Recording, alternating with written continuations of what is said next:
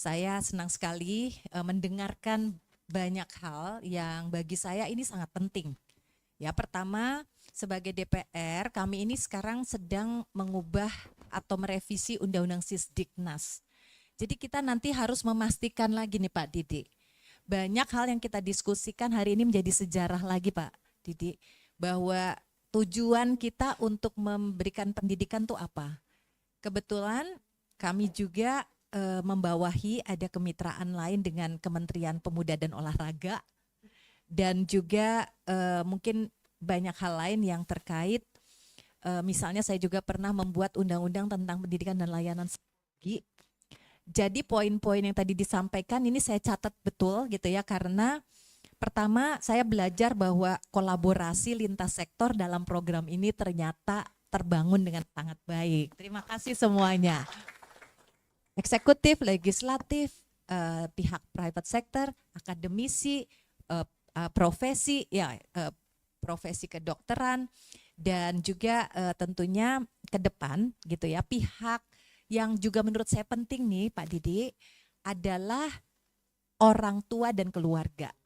Nah, saya sebenarnya ingin nanti menitipkan ke Pak Gogot dan Ibu Mega ya, dan juga Pak Salim, karena pendidikan yang bagus ya tentang gizi, tentang kebersihan, olahraga, kesehatan mental, kalau itu juga tidak diikuti dengan pendidikan di dalam keluarganya, mungkin itu tidak bisa maksimal.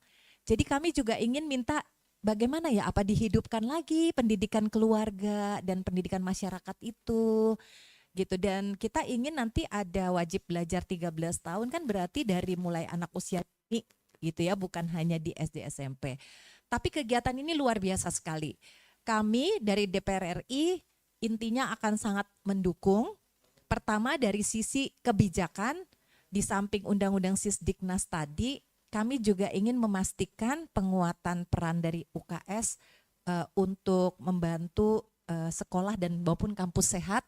Kemudian juga sebagai Majelis Wali Amanah UPI, saya kira bagus sekali nih atas kedokteran UPI fokus kepada pendidikan di bidang kedokteran atau kesehatan, tapi di dunia pendidikan gitu, di sekolah dan kampus, karena pendekatannya tuh beda, termasuk kesehatan mentalnya pun pendekatan dengan guru-guru BK sekarang ya tuh kelihatan beda sama zaman kita ya. Jadi membutuhkan inovasi baru, fasilitas sarana prasarana. Tadi Pak Gogot sampaikan sudah ada revitalisasi, dan kita mau meyakinkan bahwa yang namanya UKS itu bukan seperti Pak disampaikan gitu ya. Jadi udah lain nih, dan bahkan kalau perlu tadi yang peer to peer support ataupun apa tadi misalnya menjadi ada sertifikasi bagi pengawas makan bergizi gratis gitu ya. Itu menurut saya inovasi yang sangat luar biasa, dan tentunya